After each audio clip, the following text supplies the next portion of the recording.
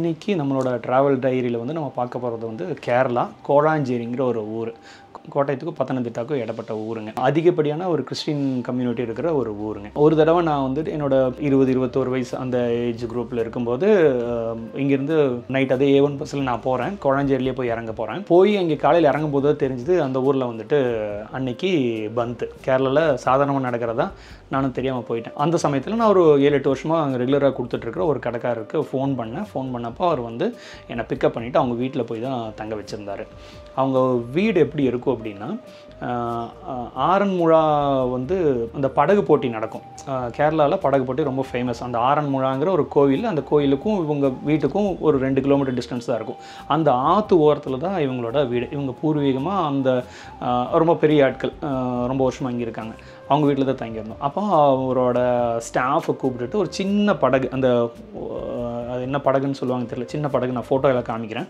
அந்த படகுல கூப்பிட்டுட்டு காலையில் நேரத்தில் எனக்கு அப்படி ஒரு கடையில் பிஸ்னஸ் எதுவும் இருக்கா, சரி சும்மா இருக்க வேண்டாம் அப்படின்னு சொல்லிட்டு அந்த என்னை வந்துட்டு ஊர் சுற்றி காமிக்க சொல்லி அவர் கூட்டிகிட்டு பண்ணார். அது சின்ன படகுல அந்த ஆற்றுல போனோம். அந்த நினைவு, அந்த வயசில் அந்த மாதிரி புது அனுபவம் கிடைக்கிறதெல்லாம் வந்துட்டு இந்த காலத்து பசங்களுக்கு கண்டிப்பாக கிடைக்கணும்னு நான் நினைப்பேன். ஏன்னா அந்த மாதிரி எக்ஸ்பீரியன்ஸ் எல்லாம் நான் இப்போ கிட்டத்தட்ட 20-25 வருஷம் கழித்து நான் அந்த எக்ஸ்பீரியன்ஸ் எல்லாம் உங்கள்கிட்ட ஷேர் பண்ணுறேன்.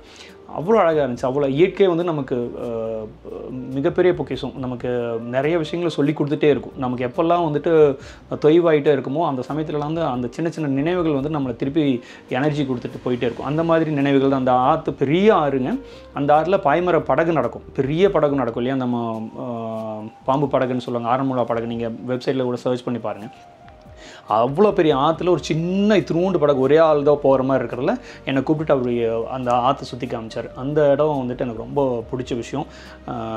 அந்த கோழாஞ்சேரி அந்த பந்தில், அதாவது எப்படி ஒரு நெகட்டிவான ஒரு விஷயம், நான் இங்கேருந்து அவ்வளோ தூரம் ட்ராவல் பண்ணி போயிருக்கேன், ஒரு நெகட்டிவான விஷயத்தில் எனக்கு ஒரு நல்ல ஒரு பாடம், ஒரு ரொம்ப நல்ல அனுபவம் கிடைச்சது.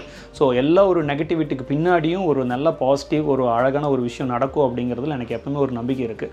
அந்த கோழாஞ்சேரி வந்துட்டு எனக்கு ரொம்ப நல்ல ஒரு இடம், அனுபவம் கொடுத்தது.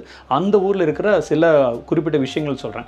அப்புறம் அடுத்தது வந்து அந்த ஆரன்முழா கோவிலுக்கு வந்துட்டு கூட்டிகிட்டு போக சொன்னார். அவர் கிறிஸ்டின், பட் ஆனால் அவங்களோட ஸ்டாஃப் ஒருத்தரை வந்துட்டு கூட்டிகிட்டு போய் சொல்லியிருந்தார். அந்த கோயிலுக்கு போகும்போது அந்த கோயிலுக்கு முன்னாடி பார்த்திங்கன்னா நிறைய சின்ன சின்ன வீடுகள். அந்த வீடுகளுக்கு முன்னாடி எல்லாருமே அந்த அப்பளத்தை வந்துட்டு செஞ்சு முன்னாடி வெயிலில் காய போட்டிருக்காங்க. அதுவும் எனக்கு ஒரு புது அனுபவமாக இருந்துச்சு. அந்த ஊரில் தான் வந்து அந்த காலத்து ராஜாக்கள் கண்ணாடி அப்படிங்கிற ஒரு விஷயம் வர்றதுக்கு முன்னாடி மண்ணிலேயே வந்து மண்ணை தேய்ச்சி கண்ணாடி அளவுக்கு பளபளப்பாக்கி அது அந்த புவிசார் குறியீடு கூட அந்த கண்ணாடிக்கு இருக்குங்க. ஆரன்முழா மிரர்னு சொல்லுவாங்க. அந்த செய்கிற இடத்த கூட்டிகிட்டு போய் காமிச்சிருந்தார். அந்த பாய்மர படகு செய்கிற இடத்த கூட்டிகிட்டு போய் காமிச்சிருந்தார். இந்த பப்படம் பண்ணது, அந்த கோவில் ரொம்ப அம்சமாக இருக்குங்க. ரொம்ப பழைய கோயில், ரொம்ப நல்லாயிருக்கும். ஸோ அதெல்லாம் கூட்டிகிட்டு போய் காமிச்சிருந்தார்.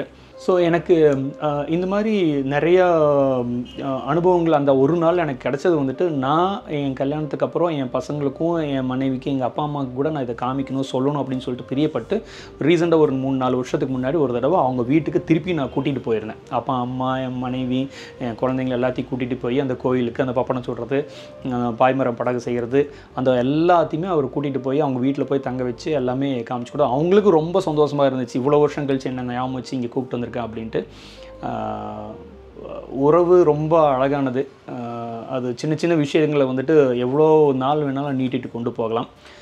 ட்ராவல் டைரியில், கமல் வஸ்திராலயாவோட ட்ராவல் டைரியில் இது ஒரு சின்ன பார்ட்டு. நன்றி, வணக்கம்.